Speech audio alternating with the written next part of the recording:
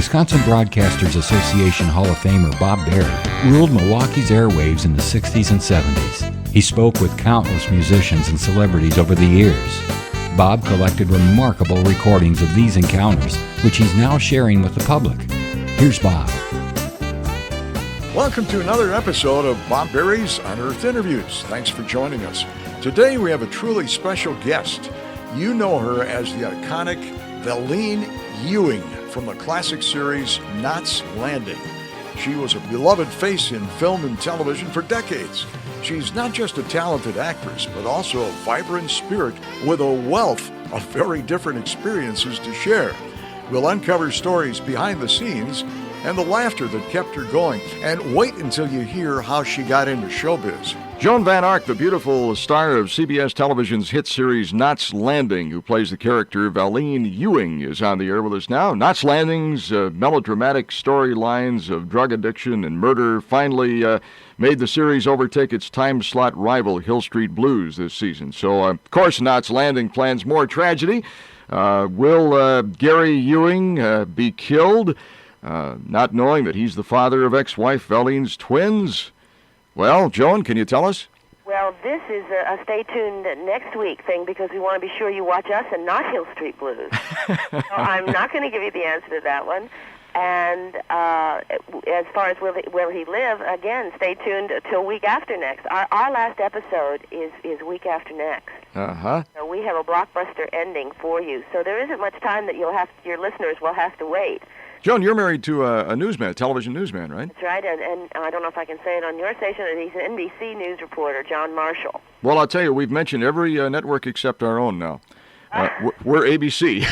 Oh, you are? Oh, well then, let's see. Let me think of something. I've been offered something on ABC. I now use the call letters at least. Way to go. Has your marriage had any problems with both of you being in high-pressure, high-profile careers? I wouldn't say any problems. No. Both of us run like crazy people every morning. He does 7 miles without fail, and I try to do between 5 and 10 each day, depending on my schedule. So running, in a way, is our therapy for this high-pressured situation, which we both surround ourselves with. But I think, in a way, it's helped us because he is not an actor but understands a lot of the problems and the pressures that I have, and by the same token, his on-camera work, I relate to, some of the pressures that he has. So in a way, it's helped. You don't jog together, though, huh? Excuse me? No, never. No, that would cause a divorce. No, why? You don't contact wallpaper the bathroom together, and you don't jog together. It would be an immediate divorce. No kidding. That's the first time I've ever heard that. You would find yourself, I think couples who play tennis together, same thing. Okay, a little to the left, all right, a little more backswing. In running, it's keep your elbows more to your side, all right, bring your knees up a little higher. We both run to kind of get away from, what's the word, not criticism, but any kind of judgment, and you do it for your own reasons, for your own thing, and so we go separate trails. Well, as Joan mentioned, she's been on a lot of different shows. Love Boat, Quincy, Rockford Files, co-hosted Miss USA and Miss Universe pageants with Bob Barker, anchored the CBS Thanksgiving Day parades. She was also a Boston Marathon runner back in 1979, by the way. Right. The year we did the pilot for Knots Landing, I was training and filming the pilot at the same time, training for Boston. And it was an incredible experience, I must say. I've done 12 marathons, and Boston was my 12th. But since Boston, I haven't marathon. I think I marathon every day now as I work on our show. It takes some of that, I guess, whatever my creative energy was that I was pouring into the races. I think some of that's been used on the show. Like all of us, I'm sure that you have your personal problems from time to time. Is it easy for you to leave those problems behind when you're filming Knots Landing? Oh, I think filming and acting is a fabulous release for any, if you want to call them personal problems. Any sadness, happiness, energy, negative, or whatever, you can pour that into your work, and it's a fabulous release. To whom do you credit your professional success? Oh, my God, I wouldn't know who to say to. I think me, God bless it. All right. Because, you have to just hang in there and go for it. A wonderful inspiration and personal,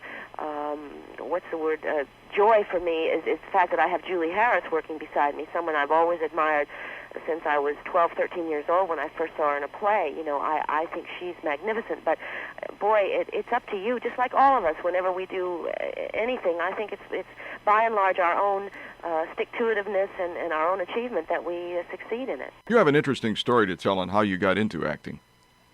I do. Now, wait a minute. There's so many. You mean the guy that didn't ask me out to the prom? Yes, right. Russell James, who must be so famous by now, was the football jock that didn't. We went away on a spring vacation, and he asked somebody else while I was gone, and I could kill him for that. So I said, okay, the heck with you, and I went down to the community playhouse and tried out for the Bad Woman of Chaillot, and got the part, and got hooked into the acting, thinking, all right, who needs guys, who needs boys? Of course, I've changed my mind since then, but there was a fabulous feeling when I went down and did the audition, and you could not hear a pin drop. Or you could hear a pin drop because it was so quiet and wonderful. I thought, well, they appreciate me, even if he doesn't, so that's how I kind of got hooked on acting. Did your parents approve of your first true love? My first true love might have been, and probably is, my husband, John Marshall. We are high school sweethearts. Oh. And the first one that I really got kind of interested in, although I didn't know it at the time, because I preferred the jocks. I almost always dated the jocks, but Jack was always there, and we always had an interesting date, went to a film or went to a thing and didn't go necessarily to a football game, something like that. And he was the one that kind of piqued my interest. And, of course, my parents were, they were fond of him.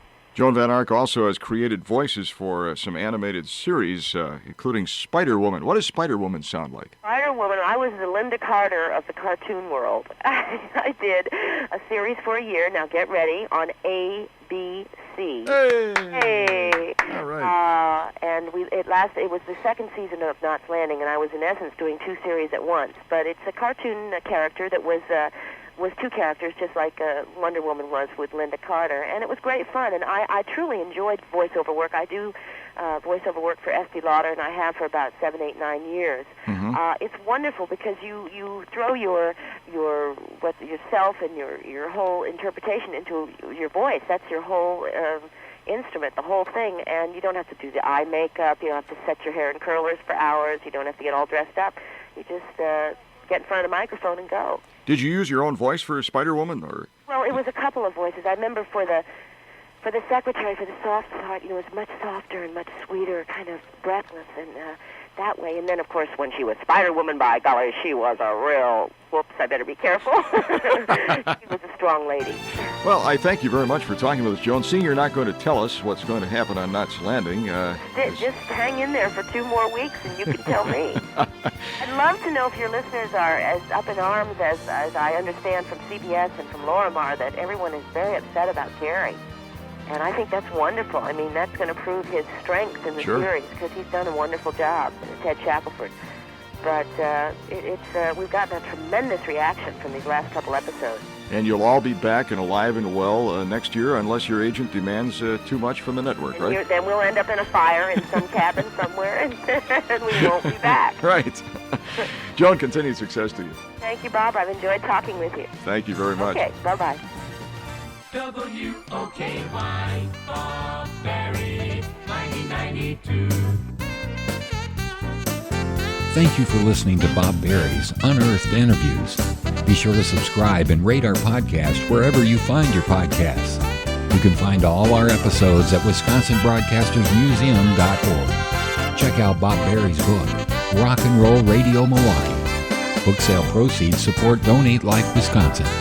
Special thanks to Wisconsin Historical Society and for financial support from WBA Hall of Famer Terry Bond.